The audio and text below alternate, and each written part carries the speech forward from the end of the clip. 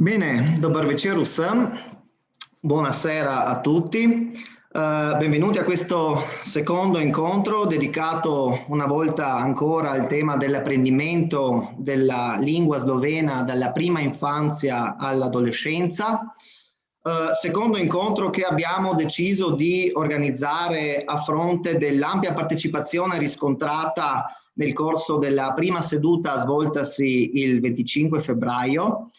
La volta scorsa abbiamo infatti raggiunto e superato il limite massimo delle 100 adesioni consentite dalla piattaforma Zoom, tant'è vero che rinnovo le mie scuse a tutti coloro che non si sono potuti collegare per ragioni di ordine tecnico, sperando abbiano avuto comunque modo di accedere alla videoregistrazione pubblicata sulla pagina web del nostro istituto. Per l'odierno evento abbiamo pertanto dovuto correre ai ripari, provvedendo all'ampliamento tecnico della piattaforma che consente ora la partecipazione a un numero maggiore di utenti, operazione che abbiamo ritenuto doverosa anche alla luce del forte interesse riscontrato verso i temi trattati, testimoniato anche dalle molte email che ci sono pervenute con richiesta di ulteriori informazioni, consigli e materiale di supporto. Assieme ai due partner che ci accompagnano in questo percorso fin dall'inizio, sia la Narodna Študijska knjižnica, la Biblioteca Nazionale Slovena e degli Studi, e l'Associazione Genitori di Vermigliano, Združenje staršev Romjan, raggiunti per l'occasione anche dall'Istituto per la Cultura Slovena, Inštitut za slovensko kulturo di San Pietro al Natisone Špeter, in rappresentanza della comunità slovena della provincia di Udine. Abbiamo così deciso di organizzare questo secondo incontro, che non vuole tuttavia essere una mera ripetizione del primo, ma che intende altresì approfondire una serie di aspetti che per ragioni di tempo non abbiamo potuto toccare nel corso della prima sessione, aspetti legati in particolare al ruolo giocato dalla famiglia nel percorso di studio e di generale avvicinamento del bambino alla lingua slovena. Un ruolo quest'ultimo di cruciale importanza anche alla luce del nuovo periodo di chiusura che stiamo, ahimè, attualmente vivendo, in cui la didattica in presenza ha nuovamente ceduto il passo alle modalità online, creando dietro di sé anche molte situazioni di disagio. Penso soprattutto agli alunni e agli studenti che, pur frequentando istituti con lingua di insegnamento slovena, provengono da contesti familiari di lingua italiana. E anche per cercare di far fronte a queste nuove situazioni di difficoltà abbiamo in qualche modo deciso di proporre questa nuova occasione di confronto con le nostre due esperte che avete già conosciuto la volta scorsa, ovvero la dottoressa Matejka Grgić, linguista e traduttrice, e la dottoressa Susanna Pertot, psicologa e psicoterapeuta, che una volta ancora forniranno una serie di consigli e informazioni utili. Poiché la squadra vincente non si cambia, il dibattito sarà anche oggi moderato dal signor Daniele Furlan, in rappresentanza dei genitori i cui figli frequentano le scuole slovene, che si è destreggiato benissimo, direi, in questo ruolo per lui inedito la volta scorsa, al quale abbiamo naturalmente rinnovato la nostra totale fiducia. A tutti e tre va naturalmente un grandissimo ringraziamento a nome di tutti e tre gli organizzatori. Prima di passare al dibattito abbiamo tuttavia pensato di esordire con alcune informazioni pratiche relative alla possibilità di apprendimento e di uso dello sloveno nella vita quotidiana, anche in virtù delle numerose richieste che ci sono pervenute a tal proposito. Come Slori abbiamo in particolare ritenuto utile aggiornare quella che è l'attuale offerta di corsi di sloveno nel Friuli Venezia Giulia, creando un pieghevole che è da oggi disponibile sul nostro sito www.slory.org e che riporta l'elenco degli enti che organizzano i corsi al momento della verifica, ossia nel mese di marzo 2021. La collega ci mostrerà il pieghevole. In particolare ringrazio la collega Martina Pettirosso che nelle scorse settimane ha contattato tutti gli enti che negli ultimi anni hanno già organizzato corsi simili, almeno sulla base delle nostre evidenze. Va detto che l'elenco di questi enti solitamente è ben più ampio, tant'è vero che nell'attuale situazione epidemiologica molti hanno dovuto rinunciare all'organizzazione dei corsi.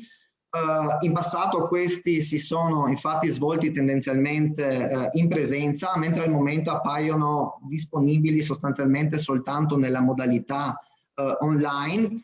Ne emerge pertanto un elenco molto più assottigliato rispetto al solito, comprendente peraltro solo corsi nelle province di Trieste e Gorizia, in quanto nella provincia di Udine non abbiamo rilevato un solo corso di sloveno attualmente disponibile.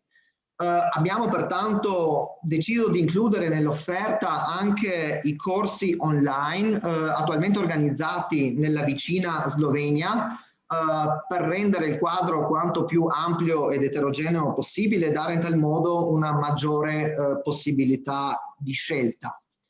Con la creazione di questo nuovo pieghevole naturalmente speriamo di aver fatto cosa gradita. In passato abbiamo già 2 volte raccolto questo tipo di informazioni, ma vista la forte domanda ci siamo ora imposti in qualche modo di aggiornare l'elenco di anno in anno e di pubblicare le versioni aggiornate sul nostro sito.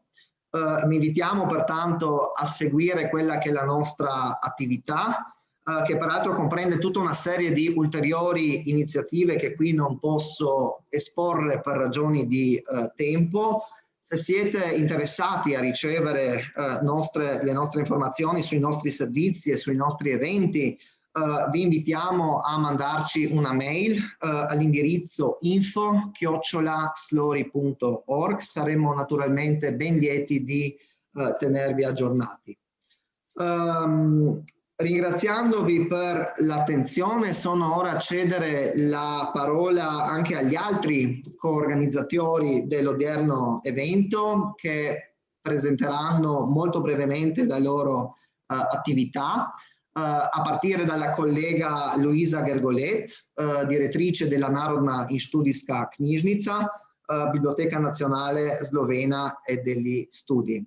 Prego, Luisa, prosim. Hvala. Dober večer, buonasera anche da parte mia.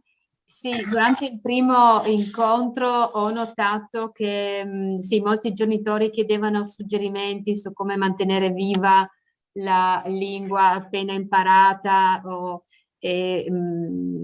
come esercitarsi durante il tempo libero o anche durante le lunghe vacanze estive. Ebbene, la nostra biblioteca la biblioteca slovena potrebbe darvi un aiuto molto concreto in questo senso. Intanto vado a dirvi che abbiamo 2 sedi, una a Trieste, vicino a Piazza Oberdan, quindi in centro, una appena ristrutturata a Gorizia, anche in centro, in Corso Verdi. Anche la biblioteca di Gorizia fa parte anche del sistema bibliotecario isontino, quindi chi abita nelle zone dell'Isontino ed è iscritto ad una delle biblioteche di questo territorio, di questa zona, può usufruire anche dell'interprestito. Comunque tutte e 2 le sedi hanno una sezione per ragazzi molto fornita, con pressappoco 30.000 tra libri, CD e DVD per bambini e ragazzi prescolari, non solo in lingua slovena, ma anche in italiano ed in inglese. E poi abbiamo numerose altre attività proprio per bambini. I benefici che i bambini possono trarre dalla lettura sono tantissimi. La lettura stimola la fantasia, questo lo sappiamo, facilita lo sviluppo cognitivo, contribuisce a espandere il patrimonio linguistico e conseguentemente favorisce anche la competenza di esprimere i propri pensieri e le proprie emozioni. Può anche rafforzare l'autostima e la capacità di concentrazione. Quindi i bambini abituati sin dalla prima, sin dalla nascita direi proprio, apprendono molto più facilmente anche dopo. Noi consigliamo che l'incontro con la lettura avvenga il più presto possibile nell'età prescolare, quando i bambini ancora non sanno leggere, così imparano anche la melodia, sentono la musicalità di una nuova lingua, di un'altra lingua. E poi questo anche favorisce una specie di legame tra genitore e i figli. Lo è anche con chi racconta le favole e i bambini davanti a lui. Noi lo facciamo come attività questo, e mi succede molto spesso che mentre racconto una favola ai bambini proprio piccolissimi di 3 anni, che vengono in visita molto spesso nella nostra biblioteca con le loro maestre, tutti in gruppo, e mentre racconto queste favole loro mi si avvingano addosso e qualcuno mette il dito in bocca, un altro chiude gli occhietti, e questo è veramente un momento magico in cui le maestre non devono neanche intervenire, non glielo premetto, perché deve essere così con me. Comunque, entrando nello specifico, per non togliere tempo alle relatrici, vorrei informarvi di ciò che la biblioteca in questo periodo, in un periodo un po' più normale, offre a tutti ai più piccoli, diciamo così.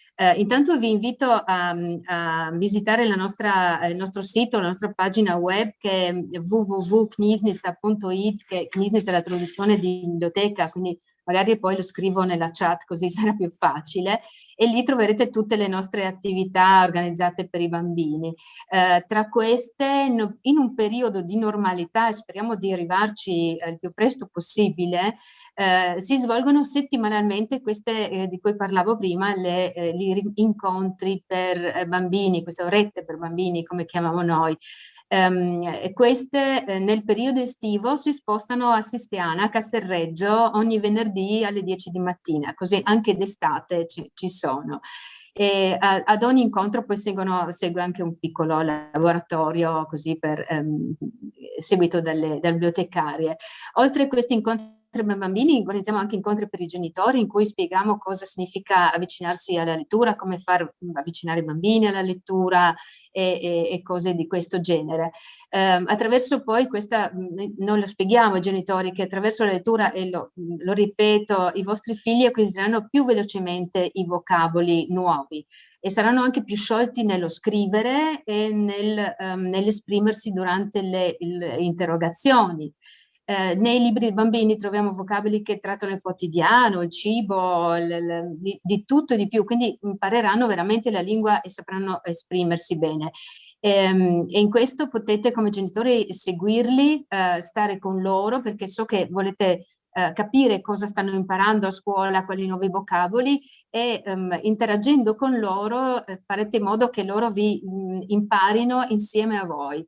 E voi imparerete da loro, e quindi loro saranno molto più sicuri di sé, molto più autonomi, veramente una cosa bellissima. In questo periodo Covid, ecco finisco, viene d'aiuto la nostra pagina, il nostro sito, in cui sotto la sezione ragazzi troverete le audio favole, le Zvočne pravljice, che sono fiabe e favole di vari autori, ma anche quelle popolari, gli stessi libri li trovate poi in biblioteca. Poi ci sono anche la biblioteca Cebelice, API, che è in realtà una trasmissione televisiva in cui partecipa un pupazzo, un castoro bor. Quindi avete o le favole, audiofavole, lasciate i bambini che ascoltino e la fantasia poi parte, e invece se volete invece il video potete anche farlo.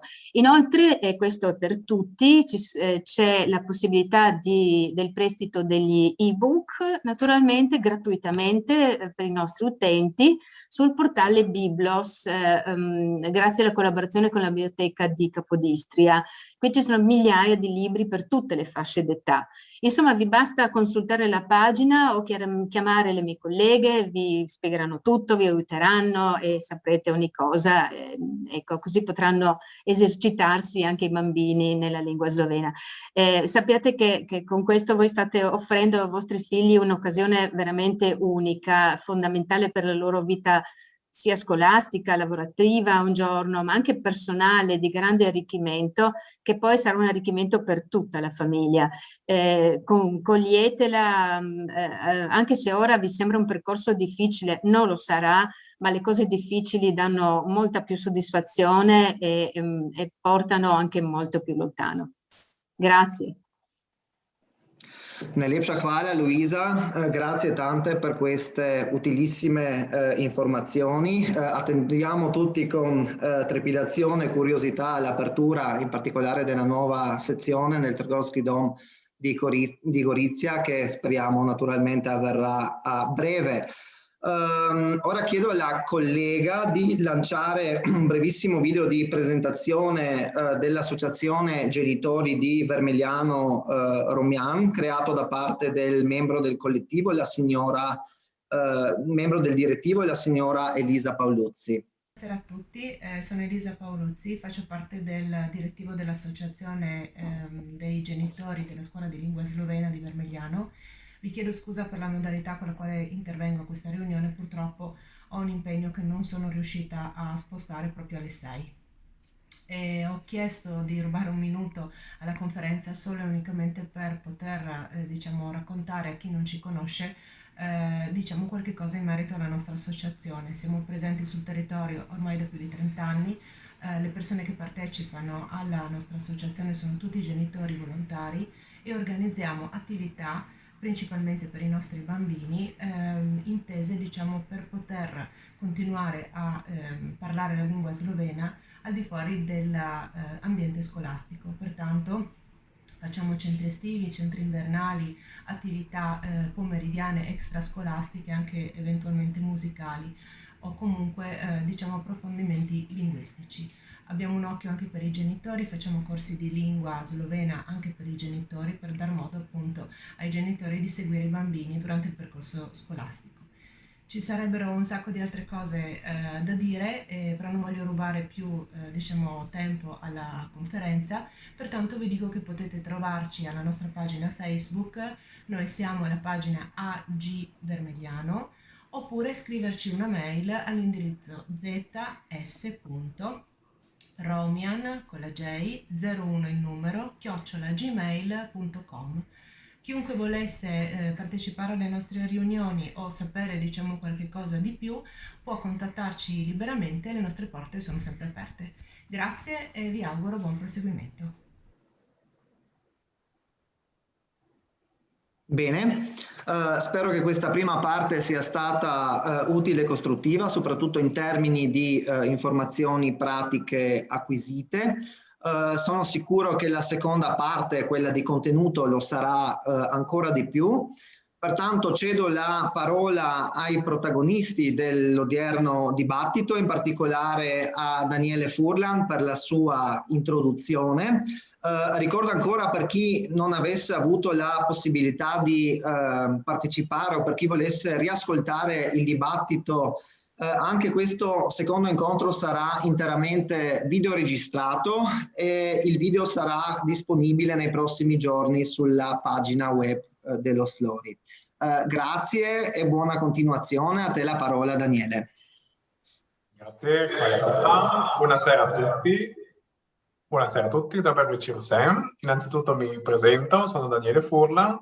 Desidero ringraziare anche in questa occasione gli organizzatori di questo evento in forma di videoconferenza per avermi dato l'occasione di collaborare in qualità di moderatore, in qualità di genitore, in quanto i miei figli frequentano una scuola primaria e una scuola dell'infanzia con lingua di insegnamento slovena in Italia.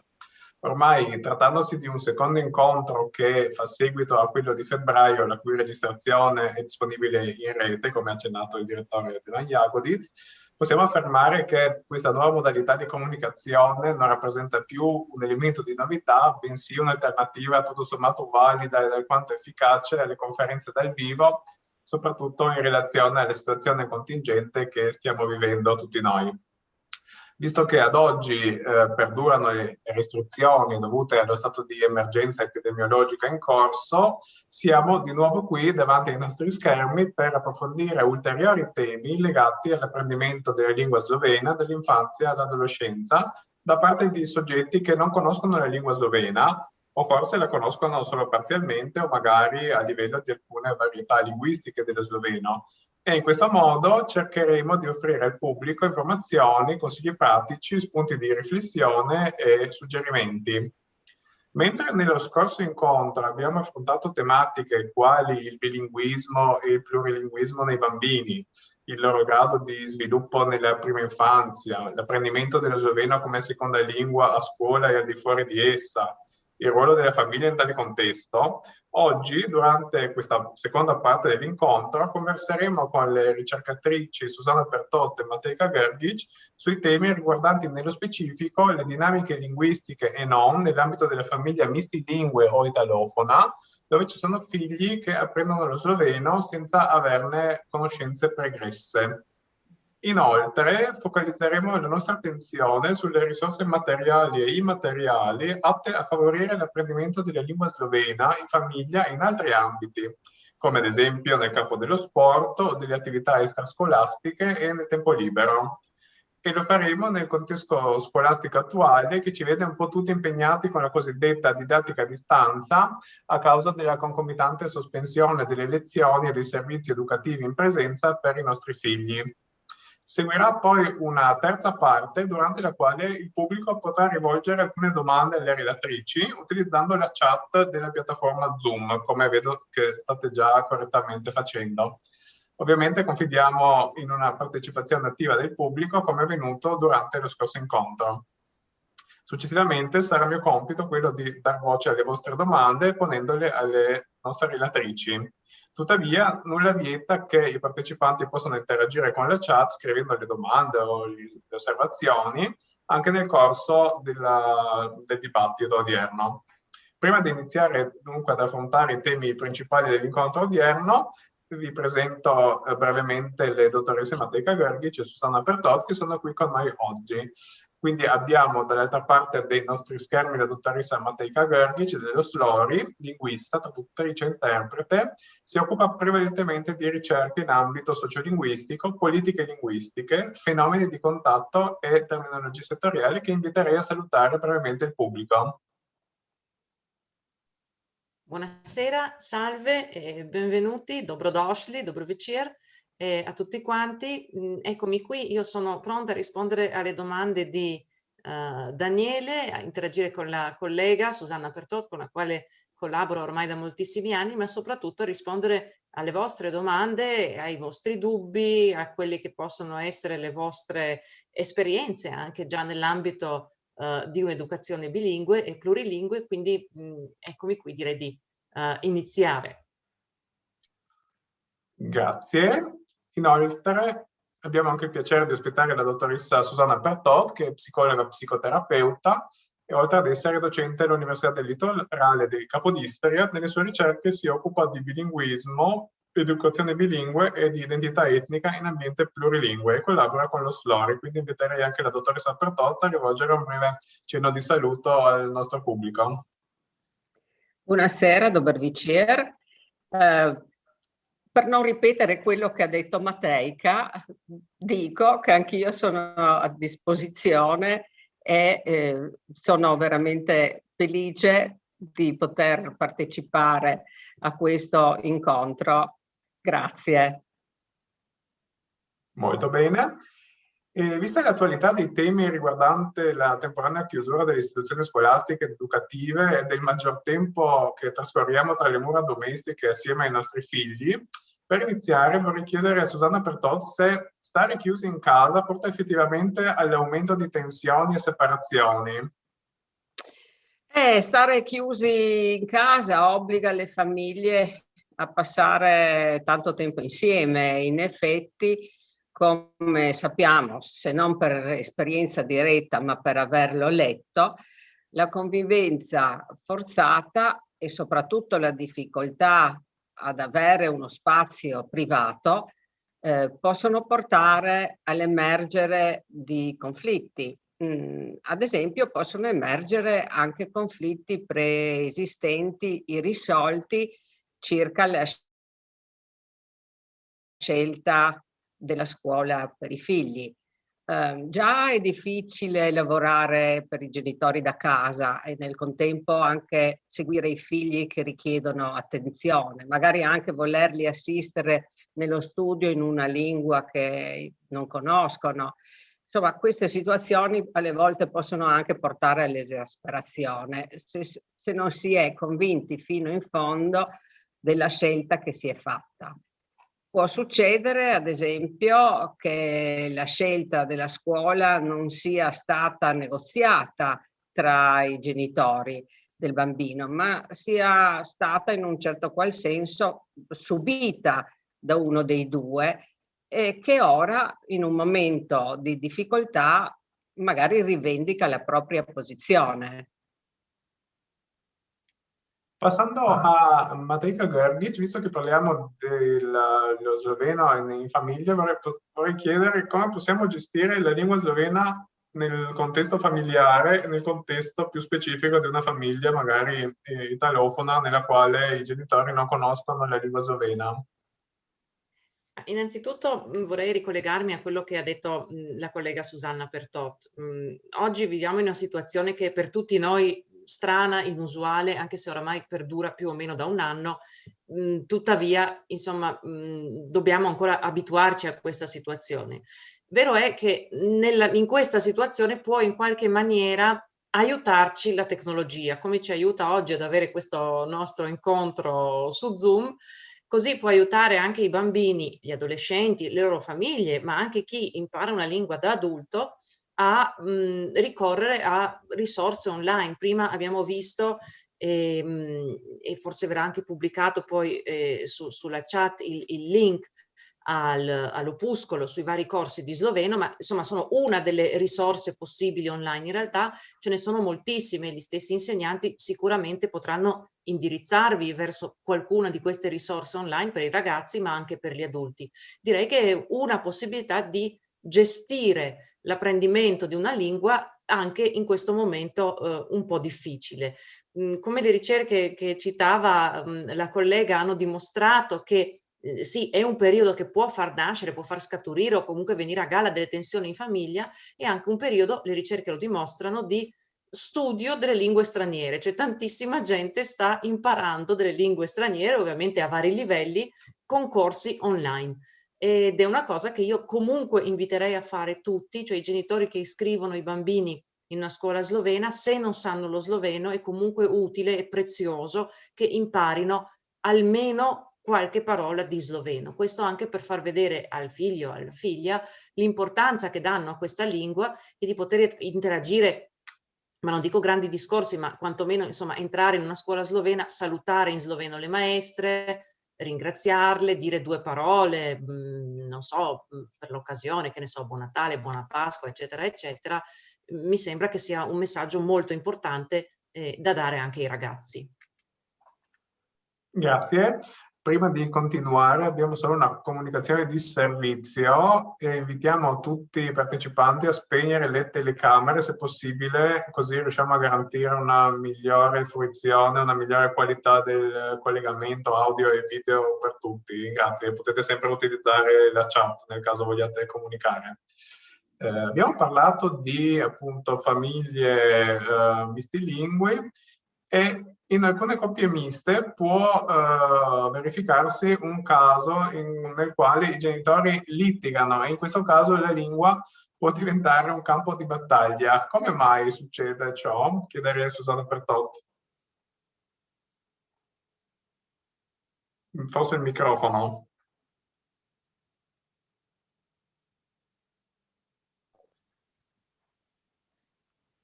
Sì, dicevo, numerosi studi hanno rilevato che le dinamiche di potere che si instaurano alle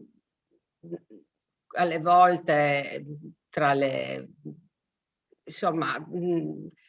coppie portano anche a separazioni e a divorzi tra i coniugi.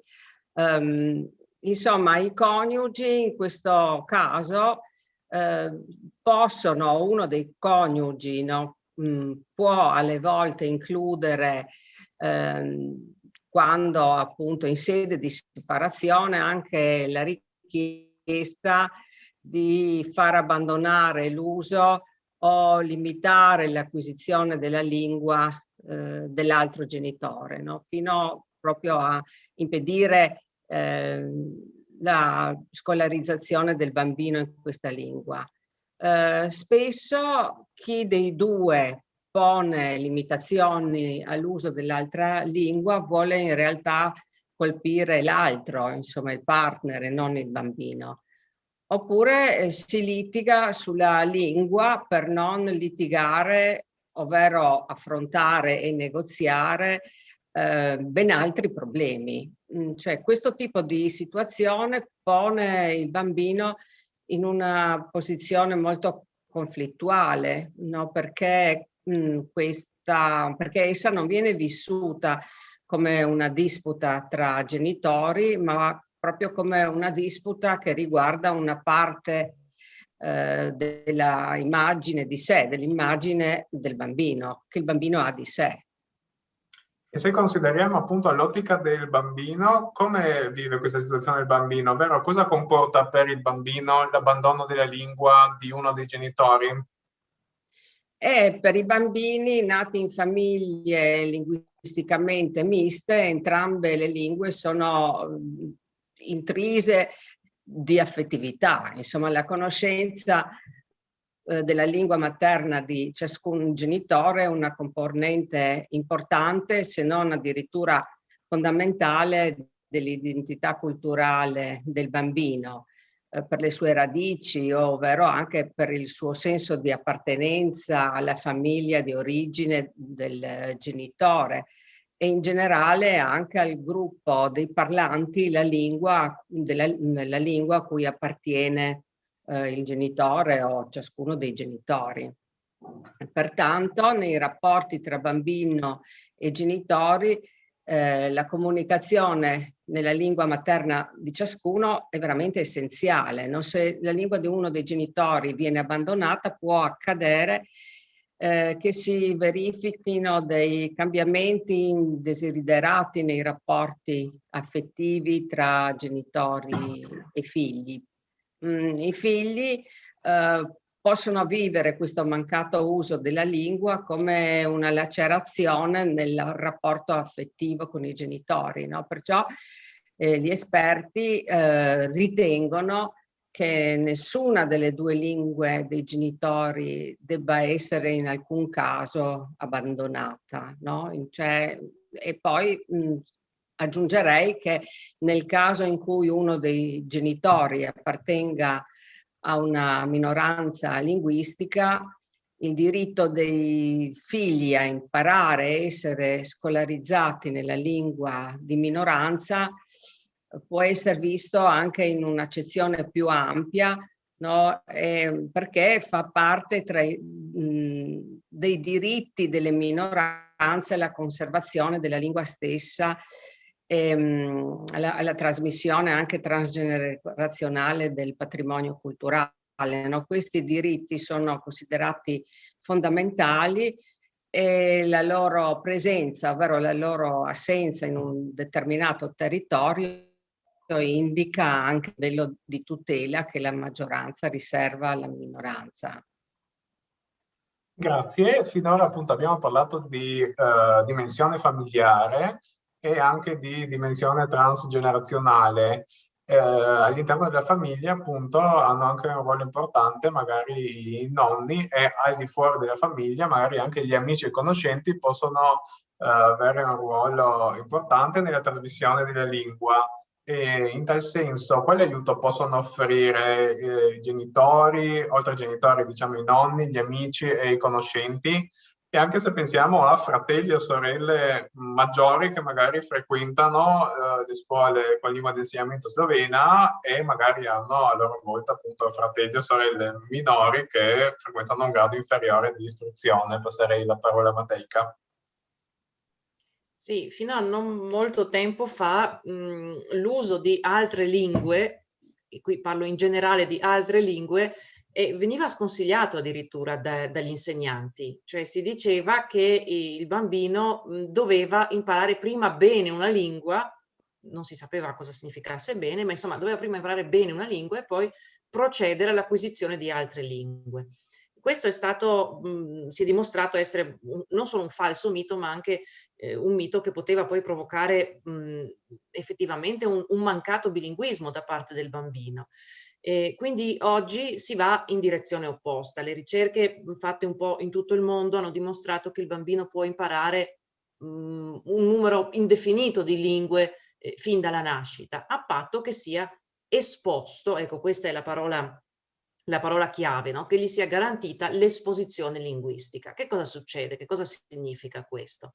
No, una volta veniva anche consigliato da molti insegnanti, anche delle scuole slovene, sto parlando della mia generazione, ok? Quando noi andavamo a scuola veniva un po' sconsigliato a nonni, zii, che magari parlavano male sloveno, ecco che qui insomma sarebbe da definire cosa significa male, ma magari parlavano solo dialetto o conoscevano soltanto alcune parole di sloveno, eccetera, eccetera, veniva loro sconsigliato di parlare con i bambini in sloveno. E molto spesso ci troviamo dinanzi ancora oggi a situazioni dove il bambino magari ha frequentato poi le scuole slovene, ma con il nonno parla o con la nonna parla in italiano. Ecco, anche questo si è rivelato essere un falso mito, un mito anche pericoloso. Oggi consigliamo a tutti, chiunque sappia una lingua, anche se poco, anche se si ricorda qualche filastrocca, anche se si ricorda qualche canzoncina, se parla in dialetto, ecco il dialetto è uno dei linguaggi che compongono una lingua. In nessun caso, anzi è stato dimostrato il contrario, imparare il dialetto, imparare anche, sottolineo, il dialetto è molto importante per i bambini perché per loro questo è un po' un esercizio come passare da una lingua all'altra, quindi passare dal dialetto a una lingua standard è per il nostro cervello un esercizio molto molto utile. Saper parlare il dialetto, saper parlare poi una lingua standard, i vari linguaggi, poi man mano che il bambino cresce, i linguaggi settoriali, il linguaggio dei personaggi dei cartoni animati, il linguaggio dei personaggi del cinema, il linguaggio dei libri, come abbiamo sentito prima e così via, è molto importante. Ciò che va sottolineato è l'importanza appunto dell'esposizione linguistica a vari registri. Cioè non va certo bene se un bambino viene esposto soltanto al dialetto, pensiamo un po' alla situazione triestina, ecco, dove tutti parlano in dialetto, ma non ci si può limitare solo a quello, no? Cioè una persona poi deve sentire anche altri registri linguistici. Lo stesso vale per lo sloveno, lo stesso vale per tutte le lingue che andiamo ad acquisire nel corso della nostra vita. Grazie. Parlando di fratelli in famiglia, per quanto riguarda la scelta della lingua, come si comportano i fratelli? Si può fare affidamento sui figli più grandi? Chiederei a Susanna. Rispondo io? Sì, grazie. Sì, va bene. Beh, non c'è una regola generale, no? Ci sono state svolte naturalmente anche numerose ricerche sul comportamento tra linguistico tra fratelli, no? E queste ricerche hanno rilevato che i bambini con fratelli maggiori scolarizzati in una seconda lingua incontrano meno difficoltà nell'acquisizione di questa lingua. Ma altre ricerche hanno rilevato anche che, ad esempio, alle volte, non so, i fratelli si alleano, ad esempio, nell'uso della seconda lingua, che usano come un codice segreto estraneo ai genitori. Cioè, per non farsi capire dai genitori, parlano nella seconda lingua. Però ci sono anche ricerche che hanno che hanno rilevato che a volte i fratelli si alleano pure nel rifiuto dell'uso di una seconda lingua. Cioè, questo ci fa capire che le variabili che influenzano questi diversi esiti sono molte, e nel contempo ci fa capire anche quanto sia complesso il processo che presiede all'uso delle lingue in famiglia. Cioè, risponderei alla domanda se si può fare affidamento sui figli più grandi con quanto sostengono vari ricercatori, e cioè che il sostegno all'uso della seconda lingua o della lingua minoritaria condiviso tra fratelli deve essere appreso, incoraggiato e supportato inizialmente e soprattutto dalle pratiche genitoriali. Cioè che i genitori devono dare il buon esempio, non ci si può aspettare che l'aiuto dei figli maggiori appaia naturalmente. Grazie, visto che parliamo appunto del ruolo dei genitori e di fratelli e sorelle, Matejka, vorrei chiedere come possiamo usare insieme al bambino piccolo che sta appena acquisendo lo sloveno alcune risorse come ad esempio i libri, i giochi, i video in lingua slovena. Troviamo qualche aiuto in rete, oltre alle risorse che appunto sono state elencate prima dalla dottoressa Gargoletti della biblioteca, che sono notevoli e invitiamo tutti a fruirne. Sicuramente, beh, ormai la rete è fonte di informazioni di vario genere per tutti quanti noi. Su internet viviamo in realtà, non solo perché spediamo mail, ma anche perché guardiamo film, cartoni animati, leggiamo libri, gli ebook che sono stati citati prima, usiamo i vocabolari. Ecco, noi professionisti della lingua non usiamo più il vocabolario cartaceo, ma usiamo le cosiddette risorse online che possono stare tutte su un telefonino, quindi ci offre veramente, internet ci offre tantissime opportunità.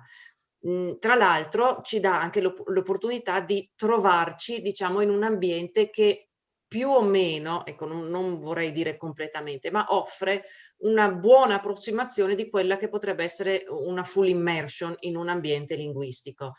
Cioè, per fare un esempio con una lingua un po' forse geograficamente, non so, più lontana, una volta se io volevo imparare il russo, cosa facevo? Vabbè, facevo il corso di russo, però poi mi dicevano: guarda che per impararlo sul serio devi andare un mese in Russia d'estate. Okay? E c'è anche chi ci marcia, perché pensiamo a tutte le varie scuole di lingua che organizzano corsi estivi per i ragazzi d'estate, e logicamente insomma puntano su questo, no? Cioè fare in qualche maniera vivere, poi insomma che ci riescano no è un'altra questione, ma insomma cercare di far vivere i ragazzi in un contesto di full immersion. Questo oggi può essere in qualche maniera e parzialmente, non del tutto, riprodotto anche con le modalità online. Io pubblicherò sulla chat l'indirizzo di un sito che abbiamo realizzato proprio allo SLORI, se ne occupa la collega dottoressa Maja Melinc-Mlekuš, è un sito che si chiama Smejse, quindi sorridi, ed è un po' l'acronimo di sloveno come lingua straniera, in realtà in sloveno, slovenščina kot manjšinski jezik,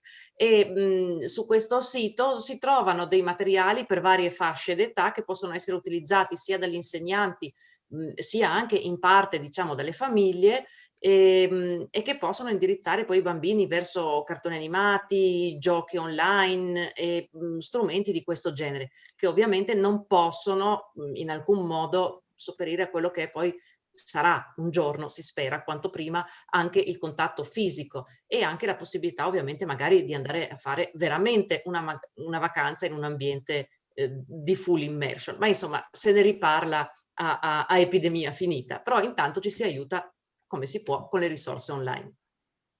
E oltre alle risorse online, come possiamo garantire, diciamo, un'adeguata esposizione della lingua slovena nel nostro quotidiano? Ancora io? Sì, grazie. Beh, innanzitutto quello che dicevo prima, cioè l'esposizione linguistica. Bisogna cercare in qualche maniera di aiutare i bambini a sentire vari sloveni, cioè che può essere il sloveno, quello che si parla a casa, che ovviamente è uno sloveno un po' più rilassato, come anche può essere un italiano un po' più rilassato quello che si parla a casa. Lo sloveno con gli amici, Quindi dare la possibilità al bambino di parlare con i propri coetanei in sloveno. Lo sloveno delle attività pomeridiane, anche questo molto importante, perché dà in qualche maniera al bambino la possibilità di mettere in pratica ciò che impara a scuola, perché ricordiamolo, a scuola, secondo ricerche fatte da altre parti, in America soprattutto, noi acquisiamo circa il 30% di quello che è poi il nostro patrimonio linguistico. Il 70% lo acquisiamo fuori da scuola, quindi anche questa è un'attività molto importante. E far leggere, come diceva prima la direttrice della biblioteca, far leggere, ma far leggere non solo libri di fiabe, che ne so, il Cappuccetto Rosso in sloveno, ma far leggere anche vari tipi di materiale che possono essere interessanti poi secondo le varie fasce d'età. Farli vedere i cartoni animati, cioè farli vivere una vita a contatto con i loro eroi e fare in modo che questi loro eroi parlino anche sloveno o solo sloveno, perché logicamente se i bambini, per un bambino l'eroe è, che ne so, quando era piccola mia figlia c'erano le Winx, adesso non so cosa c'è, Peppa Pig, insomma, eccetera, eccetera, se il loro eroe parla in italiano, i bambini giocando e cercando di impersonificare questo eroe parleranno in italiano.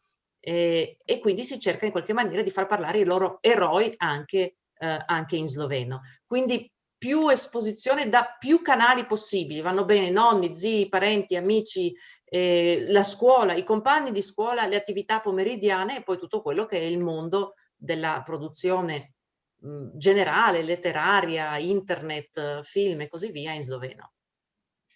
Grazie, abbiamo parlato adesso appunto di attività extrascolastiche e di tempo libero. E tornando a Susanna Pertot, possiamo considerare una situazione di bambino italofono che apprende lo sloveno in ambito scolare e anche passa il suo tempo libero con amichetti sloveni in madrelingua. E talvolta può succedere che gli amichetti sloveni del bambino non gli parlano in sloveno, ma scelgono l'italiano. In questo caso è possibile intervenire? Come è possibile farlo? Beh, nella scuola con lingua di insegnamento slovena e anche in circoli sportivi o altri, ad esempio, naturalmente incontriamo bambini che bilingui dalla nascita, cioè bambini bilingui simultanei, che quando incontrano un bambino monolingue, sia esso italiano ma anche sloveno, uguale, si adeguano alla lingua dell'interlocutore, dell'amichetto. No? Per il bambino bisogna tenere presente, è importante comunicare, cioè farsi capire e interloquire con l'altro. Perciò il bambino non capisce perché dovrebbe usare la lingua che il compagno, la compagna di giochi non capisce bene o non parla affatto. Ecco. Ciò risulta ancora più difficile se non si sente? Si sente? Sì, ok, scusate. Sì, dicevo, il bambino non capisce perché, insomma, dovrebbe usare una lingua che l'altro, il compagno di gioco e la compagna di giochi non parla poco o non parla affatto, no? E questo risulta ancora più difficile per il bambino capire il perché quando la lingua è del bambino, del compagno di giochi, è la lingua della maggioranza che si sente parlare di più nei negozi, dalla TV, insomma in più contesti, no? Che fare? Sì, ai bambini si può sicuramente chiedere apertamente di collaborare anche in forma di gioco, ma si può anche ricorrere all'aiuto dei genitori dei bambini bilingui, no? Chiedendo loro di dare il buon esempio e usare loro stessi la lingua di minoranza anche quando, cioè nel nostro caso lo sloveno, anche quando il bambino a cui si rivolgono non lo conosce ancora bene oppure ancora stenta a parlarlo. Grazie. Abbiamo condotto delle riflessioni a proposito appunto della dimensione bilingue e plurilingue della nostra regione, nella quale appunto si parlano più lingue, abbiamo lingue minoritarie tutelate, lo sloveno, il friulano, in piccola parte il tedesco. E con Matejka Grgić vorrei condividere una breve riflessione dello scrittore Diego Marani, il quale in un'intervista afferma: il futuro è la condivisione delle lingue nelle zone di frontiera, che poi sono sempre state l'anima dell'Europa, i luoghi dove è nato il nuovo, il miscuglio, il progresso. Non sarà pensabile in futuro vivere, ad esempio, in Alsazia senza parlare il francese e il tedesco, o nel Friuli Venezia Giulia senza conoscere l'italiano e lo sloveno. Poi l'inglese si aggiungerà a questi binomi essenziali. Del resto è un processo già in corso, la gente ci è arrivata prima dei governi e ormai cerca sempre più spesso un'istruzione bilingue. Possiamo dichiararci d'accordo parzialmente, totalmente con queste parole? Beh, sicuramente direi parzialmente, sicuramente. Le persone stiamo cercando tutti noi un'educazione bilingue perché ci rendiamo conto che offre dei vantaggi ai bambini. Certo, però dobbiamo anche stare attenti. Ecco, farò un po' l'avvocato del diavolo forse adesso. Non è vero che i bambini imparano le lingue senza difficoltà. Io spesso sento i genitori che mi dicono ma imparano come spugne. È vero fino a un certo punto, cioè anche i bambini possono trovarsi in situazioni di difficoltà, in situazioni di disagio, in situazioni dove appunto la condivisione, la cooperazione di cui parlava prima la collega possono risultare più difficili, la negoziazione del codice e così via. No? Sono tutti processi che in realtà non sono semplici, implicano un certo tipo anche di impegno da parte del bambino, ma ricordiamocelo anche da parte degli insegnanti e anche da parte della famiglia. Quindi sì, concordo con queste parole, da tenere presente però che per arrivare a una società veramente bilingue e plurilingue ci vuole impegno, ci vuole un impegno che duri per tutta la vita, perché se è vero che alcuni modelli linguistici rimangono impressi nel nostro cervello e quindi se noi veniamo scolarizzati in una lingua fino ai 14-15 anni, poi probabilmente ricorderemo qualcosa. Vero è però che non abbiamo più una certa dimestichezza nel quotidiano di questa lingua, cioè non siamo più in grado di produrre dei messaggi efficaci in questa lingua. Ci vuole poi un certo tempo eventualmente per ricaderci, no? per ritornare a questa lingua, per saperla di nuovo usare con proprietà di espressione e proprietà di linguaggio. Quindi in realtà l'impegno al plurilinguismo, al multilinguismo, è un impegno che dura tutta una vita, cioè l'esposizione linguistica di cui parlavo prima deve essere continuata e deve perdurare, ovviamente con forme diverse, perché non è che andremo a guardarci Peppa Pig in sloveno fino a 60 anni, insomma, però deve continuare in qualche maniera per tutta la nostra vita. Le nostre attività quotidiane devono svolgersi per quanto possibile in tutte quelle lingue che vogliamo in qualche maniera mantenere nel nostro repertorio. Quindi se io voglio mantenere l'inglese o il tedesco, per esempio il tedesco, lingua che ho imparato a scuola ma poi non ho più utilizzato, cosa devo fare quotidianamente? Devo andare a leggermi dei giornali in tedesco, ma anche svolgere qualche attività in tedesco, non so, comprare qualcosa online in tedesco. Molti siti sono siti di multinazionali, quindi che io li guardi nella loro versione italiana, tedesca, inglese, francese, spagnola, è uguale, insomma, se devo comprarmi un paio di scarpe da un distributore internazionale, posso comprarle anche in tedesco. Ecco, anche queste piccole cose possono aiutare moltissimo a mantenere un contatto con la lingua e soprattutto a mantenere alta una competenza comunicativa, come la chiamiamo, in questa lingua. Grazie. Come abbiamo visto in quest'ottica plurilingue, ci sono sempre più famiglie appunto che scelgono per i propri figli un'istruzione bilingue, però si vive diciamo in un contesto sociale più ampio. Con Susanna Pertot potremmo affrontare anche questo argomento. Alcuni amici di famiglia e parenti non comprendono, addirittura osteggiano in qualche caso la scelta della lingua slovena e della scuola slovena. Anche se non si esprimono in presenza del bambino, il bambino percepisce la disapprovazione sociale come devono comportarsi i genitori in questi casi?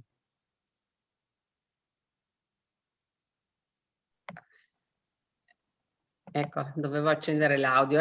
Per i genitori naturalmente sono sempre delle scelte difficili e pertanto non c'è neanche una ricetta, no, perché le decisioni sono diverse da caso a caso, perché appunto i bisogni dei genitori sono di natura emozionale, sono legati alla loro storia personale, alla necessità di mantenere un equilibrio funzionale sia alla propria psiche che alla propria famiglia.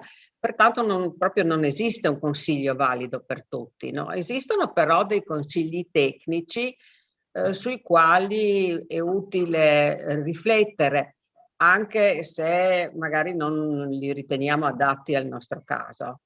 Ad esempio è utile spiegare a parenti e amici il perché della scelta.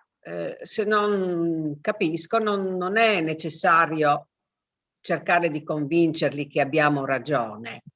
In fin dei conti, non tutte le scelte che facciamo vengono condivise, non so, con i nonni, con la famiglia d'origine, con gli amici, no? Ci sono delle scelte che facciamo in famiglia che rimangono in famiglia per le quali,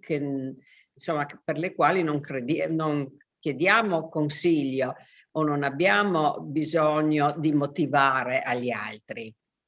Ma questo naturalmente per quanto riguarda la scelta della lingua della scolarizzazione è più facile a dirsi che a farsi.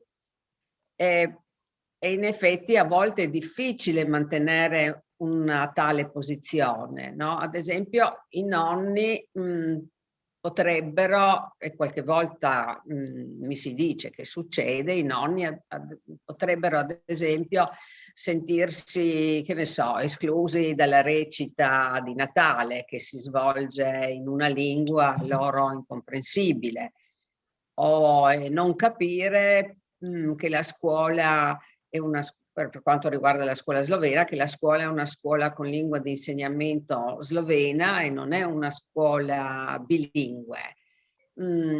Ma insomma, ciò nonostante potrebbero anche vivere l'assenza dell'italiano come una forma di scarso rispetto, no? E perciò buona norma che i genitori siano consapevoli della strategia prescelta come quella più adatta al benessere della propria famiglia. Insomma,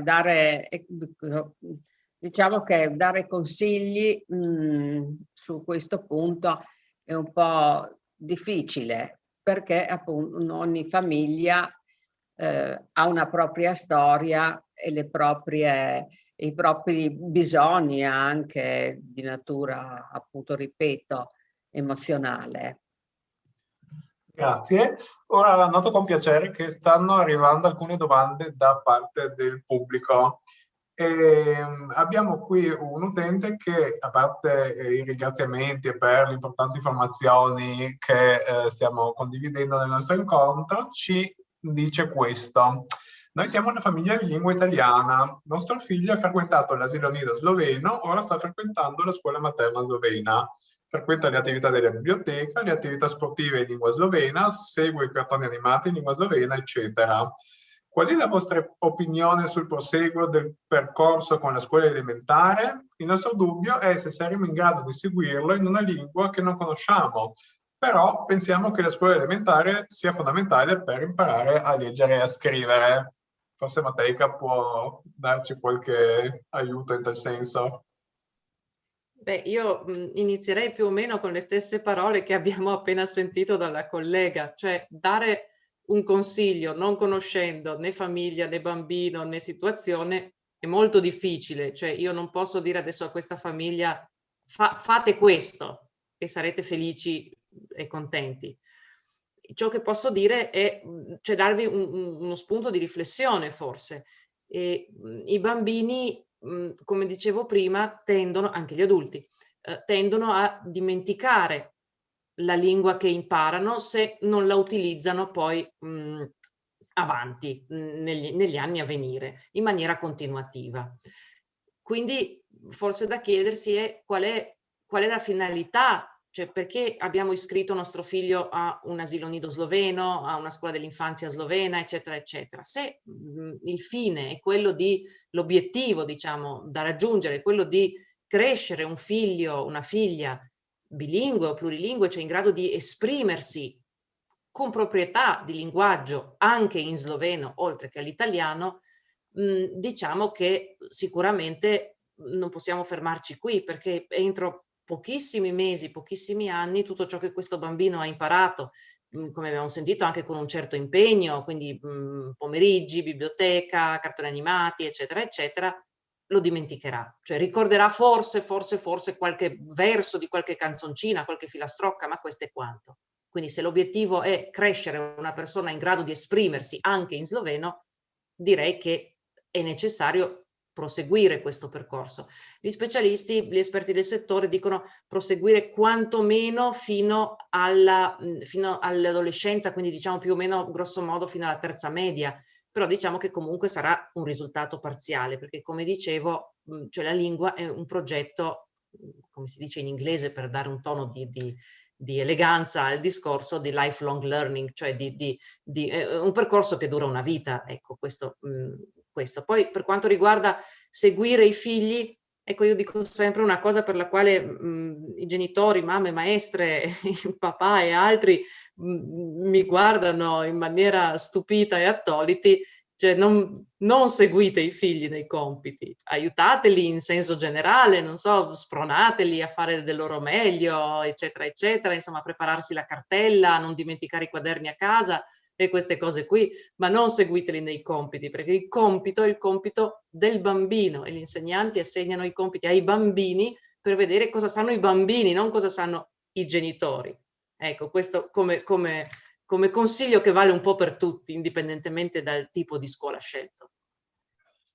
Grazie, prendendo spunto da questa famiglia che appunto si pone queste domande e ha davanti a sé appunto dei progetti di vita futuri per sé e per i figli, può succedere in qualche caso che magari qualcosa vada storto e magari si verificano anche casi di separazione in famiglia.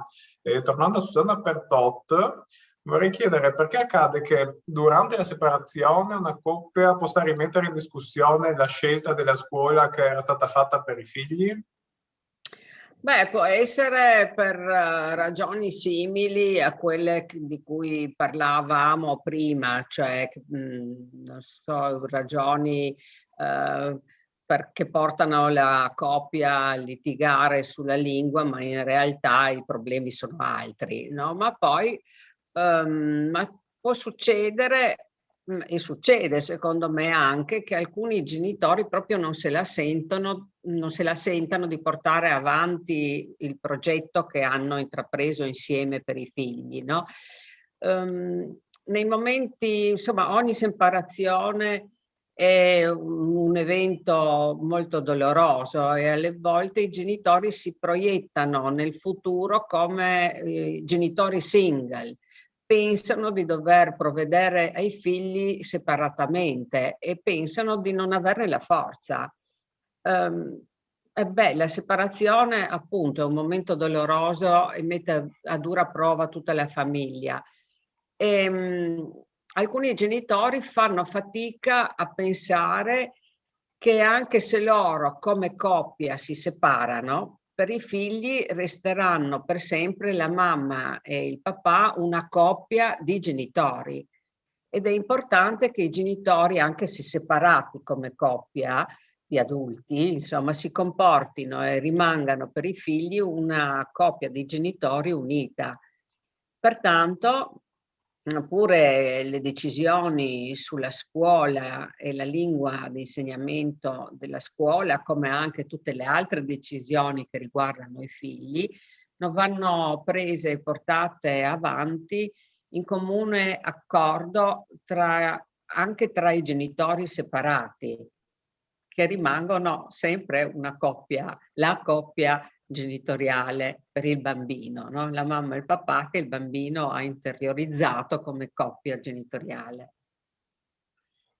E sempre parlando di genitori, abbiamo visto che appunto i genitori svolgono un ruolo fondamentale appunto nel supporto durante l'apprendimento della lingua dei figli. E se rivolgiamo l'attenzione alla situazione attuale contingente in epoca così di didattica a distanza e di lockdown, possono forse esserci dei problemi per i genitori che non possono usufruire del doposcuola in lingua slovena, delle attività sportive in lingua slovena che vengono sospese.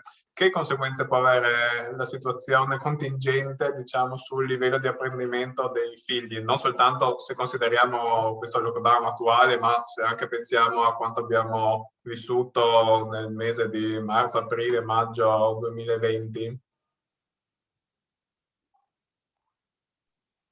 A chi è rivolta la domanda? Ah, entrambe. Beh, forse... sì, vai, prego. Ok. Sì. Beh, forse dal punto di vista linguistico in qualche maniera in effetti viene a mancare quella di cui dicevo prima, l'esposizione linguistica, no? Perché viene limitata nello spazio, nel tempo e così via.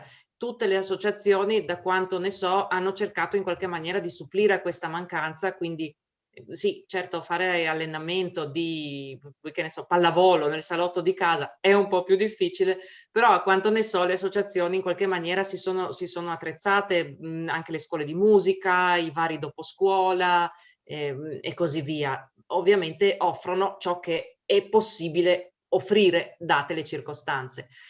Cerchiamo di trarne il maggior profitto possibile, appunto collegandoci anche a vari siti che possono essere geograficamente distanti da noi, perché allora le attività in presenza, che hanno tutta una serie di vantaggi che non neghiamo sicuramente, anzi ce ne accorgiamo adesso di quanto siano preziose, però in qualche maniera almeno ci limitano nello spazio, no? Invece delle attività online non hanno di questi limiti, non hanno limiti di spazio né di tempo, quindi oggi io posso guardare un cartone animato senza dover andare a prendere la macchina e andare, non so, al cinema a Nova Gorica o a Cobarid o a Koper Capodistria, perché non lo fanno a Trieste, no? Oggi posso cercare queste risorse online e ci sono molte risorse disponibili, molte di queste anche gratuite, e quindi insomma cerchiamo di trarre il maggior profitto o quantomeno il minor danno dalla situazione nella quale ci troviamo.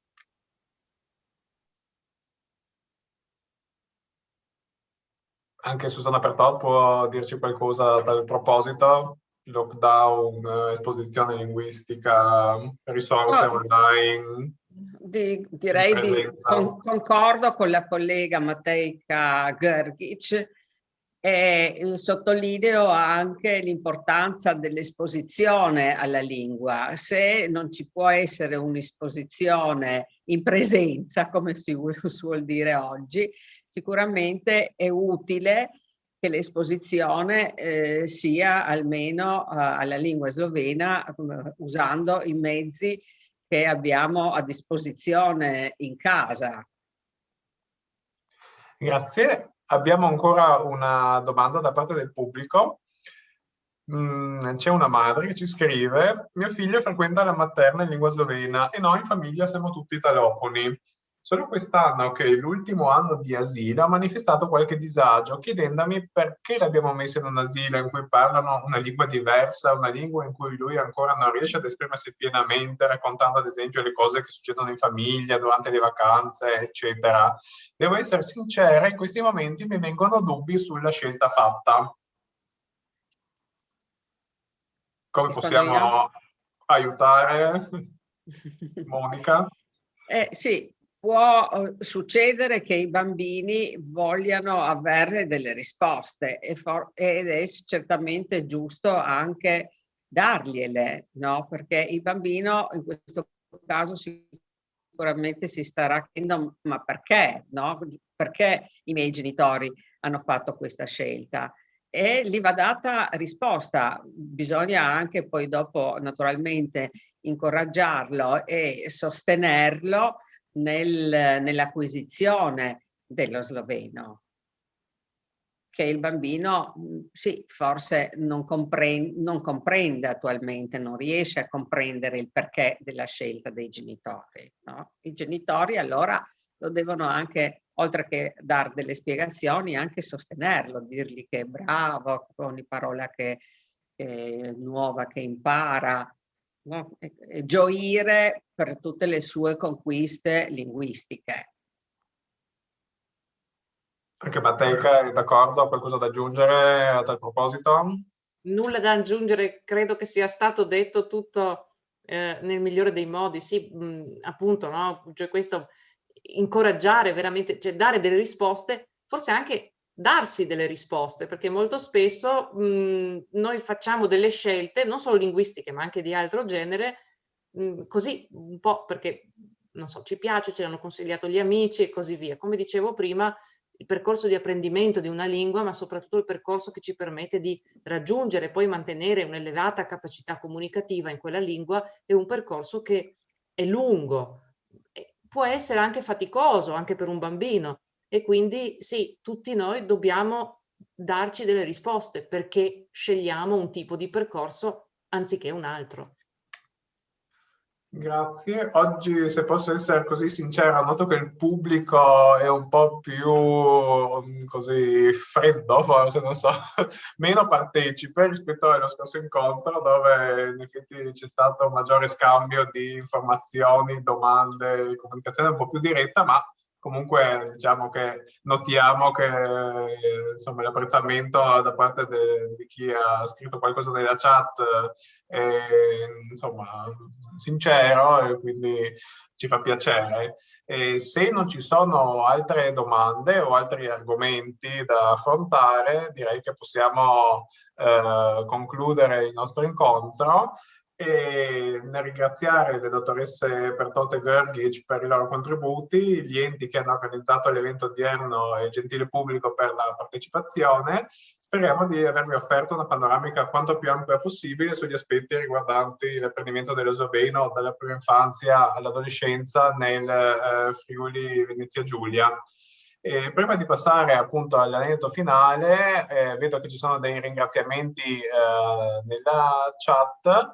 E adesso qua ci sono anche altri interventi che mi chiedono qualcosa a livello così personale, ma risponderò in via privata. Ringraziamo quindi tutti i partecipanti, gli organizzatori, le relatrici e come aneddoto finale vorrei riallacciarmi alle riflessioni dello scrittore Diego Marani, che abbiamo citato anche in precedenza, e ciò in relazione alle lingue parlate nell'Unione Europea. In una recente intervista Diego Marani afferma: quando almeno una persona comprende e parla la lingua del vicino, il confine scompare. Il bilinguismo nelle regioni di frontiera è la via maestra per formare un'autentica Europa unita e forse queste parole ci inducono così a stimolare le riflessioni anche sui temi che abbiamo affrontato tutti noi in questo incontro in videoconferenza. Quindi ringrazio tutti, hvala in nasvidenje, arrivederci. Arrivederci. Na svidenje, arrivederci. Na svidenje, arrivederci.